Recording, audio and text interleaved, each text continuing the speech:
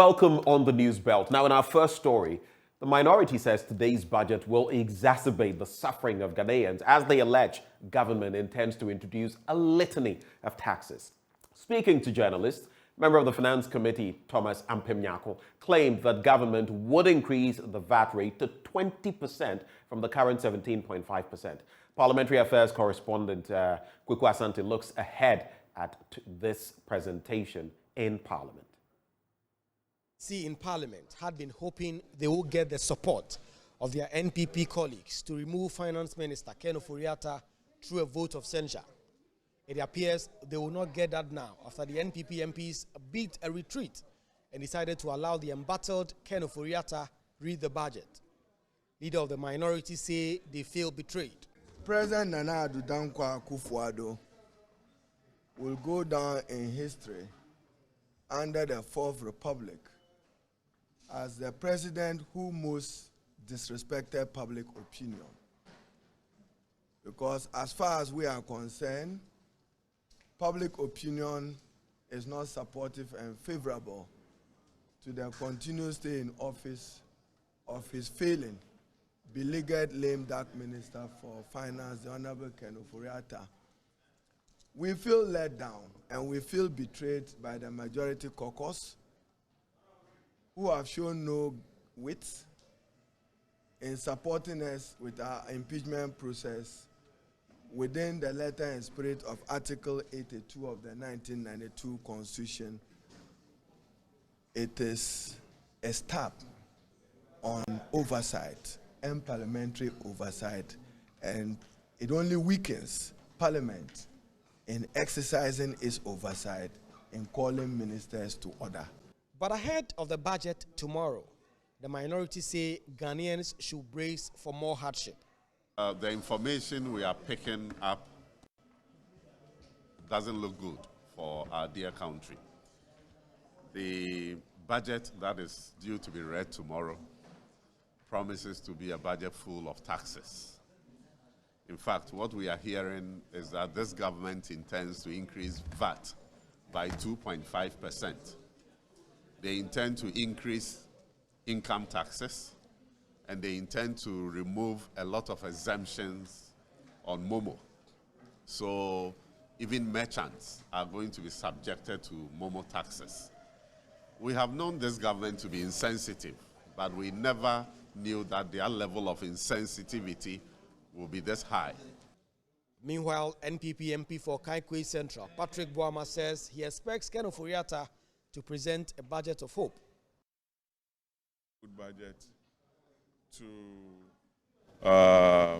give Ghanaians a hope for debt sustainability, to ease economic hardships, to bring a program that in collaboration with the central bank towards the stabilization of our currency. Ghanaians need hope from the budget, and that's all Ghanaians expect. The minority say they will not support this new raft of taxes that the alleged government is introducing tomorrow, particularly the 2.5% VAT increase. This will move VAT from the current 17.5% to 20%. They say all these new taxes will be rejected, just like they did the e-levy last year, but which was eventually passed. But the House is expected to be tense tomorrow when Finance Minister Ken Ofori-Atta presents the 2023 budget. Despite getting the 98 NPP MPs to back down on their demand not to have him present the budget, the minority are poised to give him a hard time tomorrow in the House. For Joy News, Kweku Asante, Parliament House, Accra.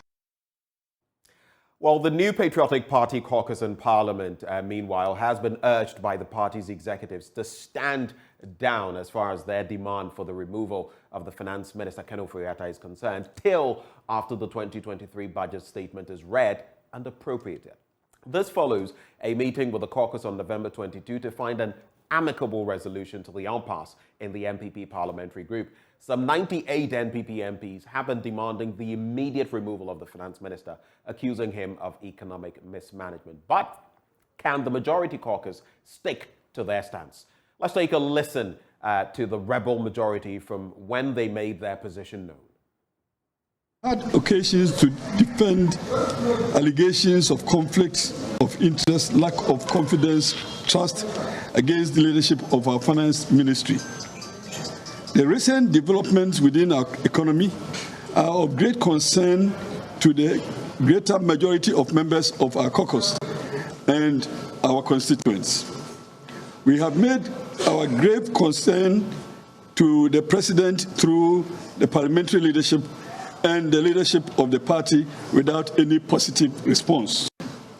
We are by this medium communicating our strong desire that the President change the Minister of Finance and the Minister of State in the Finance Ministry without further delay in order to restore hope into the financial sector and reverse the downward trend in the growth of the economy. Meanwhile, we want to serve notice, and notice hereby served, that until such persons as aforementioned are made to resign or removed from office, we, members of the majority caucus here in Parliament, will not participate in any business of government by or for the President by any other minister.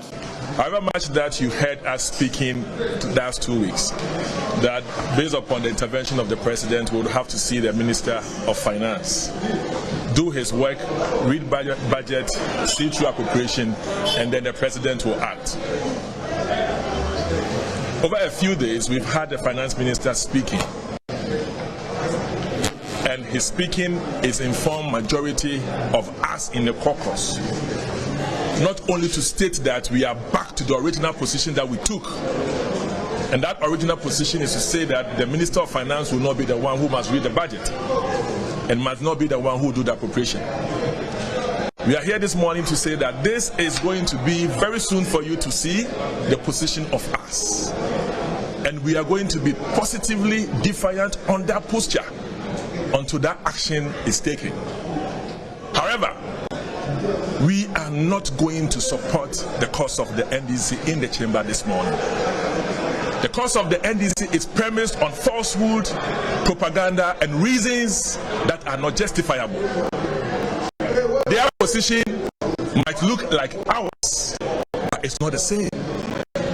You will not be able to come to level 10 issues that borders on criminality over a person who is not there to defend himself. And we have come to let you know. Let you not confuse the public or yourselves about the cause of the majority and that of the minority.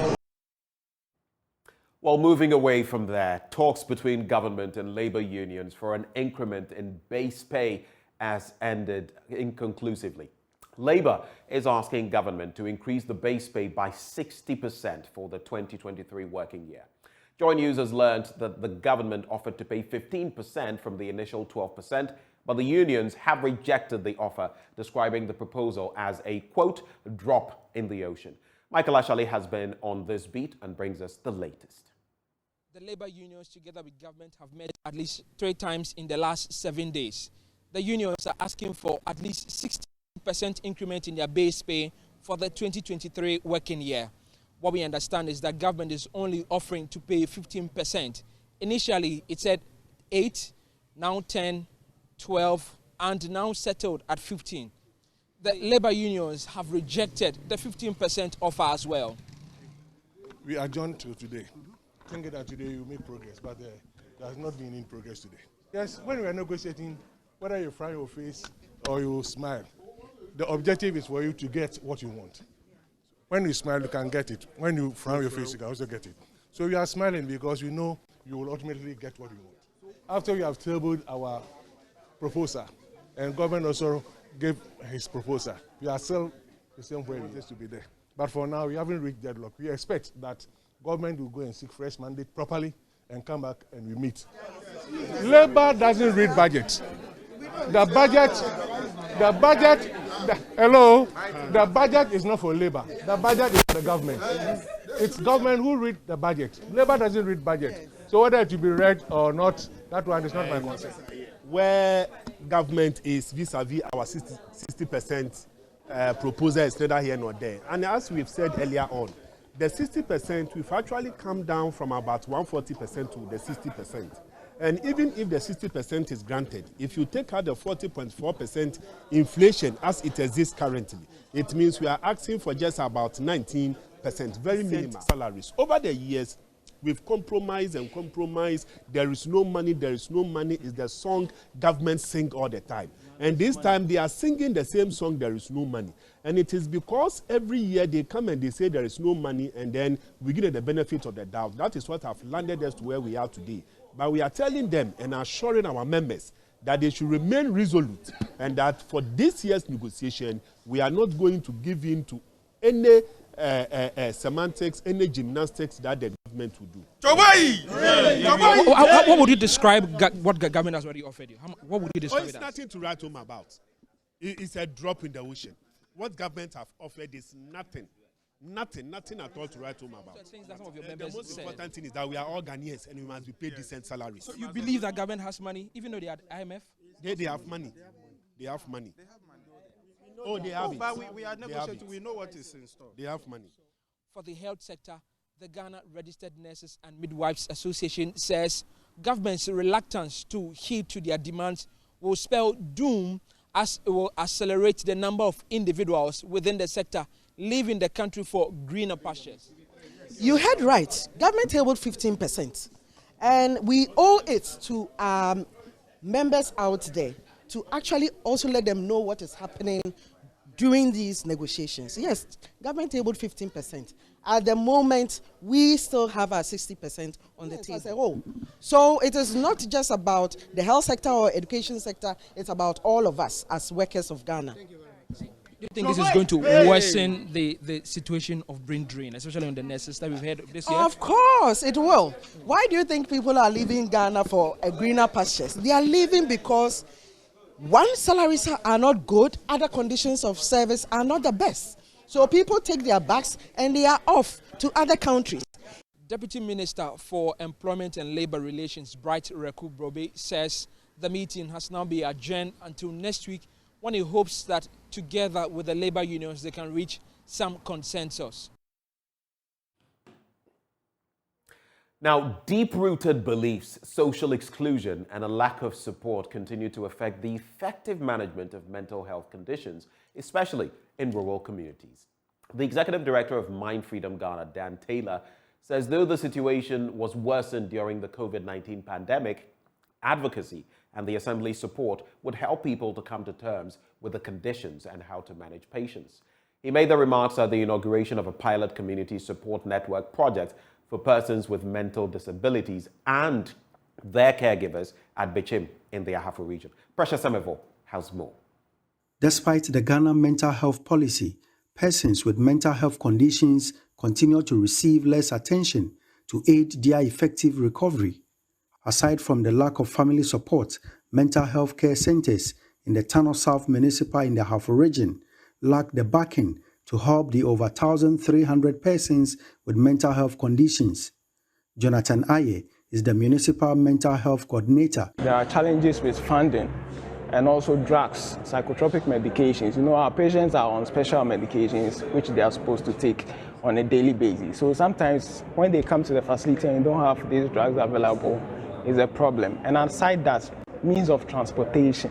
We have to sometimes fund ourselves in order to go to the outreach point. The situation of persons with mental health conditions was worse during the COVID-19 pandemic, as they lacked medications and were socially excluded. Because of this, Mind Freedom Ghana and the National Democratic Initiative of the United States have inaugurated a pilot community support network project for a year at Bechim with other stakeholders. Dan Taylor is the Executive Director of Mind Freedom Ghana. The main objective is that these are organizations or groups that we're establishing to be able to, for persons with mental health conditions, to assess support in terms of medication, in terms of other services within their jurisdiction. Many a time, people with mental health conditions are not considered as part of society in terms of what should be given to them. So the issue of social exclusion and discrimination is what is the major factor we are looking at. So that once the group is there, they are able to advocate, they are able to reach out for whatever is due them. That is what we are looking at. I think it's a nice initiative which we are all looking forward to it being a success because there is ignorance within the community a lot. Most of the people see mental illness as something which is somehow spiritual. With the support network, we will be able to incorporate all these advocates and other agencies, relatives. Without the support from relatives and also people of influence within the community, it will be very hard for the clients to do what to recover. Medication alone can't do it. Mr. Taylor, however, wants the district assemblies to honor their obligations to help care for mental health patients. The Mental Health Law 2012, Act 846, has a section that enjoins all the MMDs to make budgetary allocations on a yearly basis, so that persons with mental health conditions, those are the worst cases that you see on the streets, they are taken for treatment. The mental health authority would liaise with the police and the social welfare, and they'll take these persons for treatment at the hospitals, and then they are rehabilitated. They are taken back to their communities, but the MMDs are not doing this. Precious Semevo, Joy News, Bechim. Now on to our next story, and over 24 young Ghanaian entrepreneurs have been equipped with ideational and business development skills through the Startup Weekend Bootcamp by Recycle Up Ghana. Participants were enlightened on problems, identifications, and the essentials of problem solving. The aspiring entrepreneurs, including students, were supported to develop business ideas rooted in sustainable mitigation of societal problems. The Startup Weekend initiative strives to help young Ghanaian entrepreneurs undergo training to develop eco-friendly solutions to societal challenges. The program encourages beneficiaries to tackle matters such as climate adaptation, waste management, plastic waste, and youth unemployment. The aspiring youth of young entrepreneurs were mentored by experienced industry players in the business sector. Executive Director for Recycle Up Ghana, Abdul Rahim Shaibu Issa, indicated the 6-month incubation program for participants would prompt a deeper feasibility analysis of the business ideas of the participants.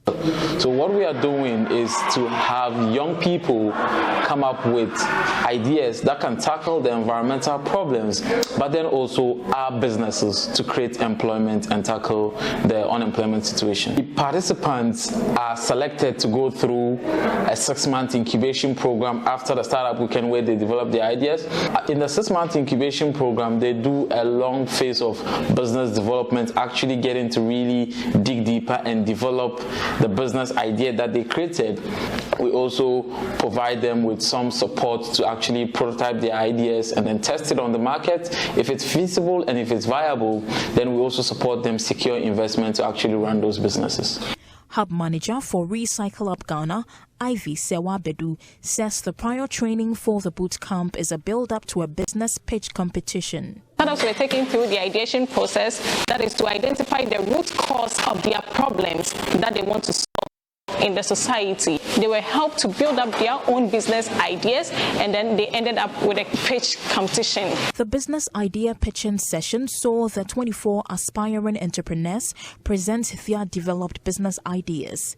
Student beneficiary Lawson Adobo Komla aspires to develop biofuel from rice husks for electricity generation companies and local businesses. He says the Startup Weekend and business pitch competition will be crucial in achieving his goals. So me being successfully executing my aspiration has a lot to tell, where I get to be sponsored to engage in further research, especially in developing new ideas such as the production of silica.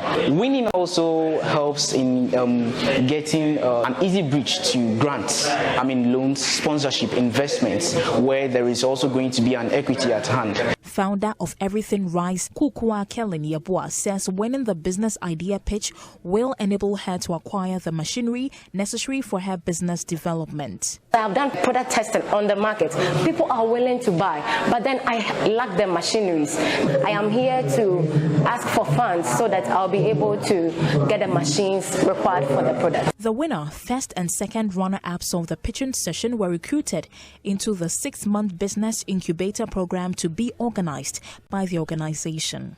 Clinton Yabwes report read to you. And that's how we cap off the news this morning. Up next, we serve you the news review. Do stay with us. We'll be right back.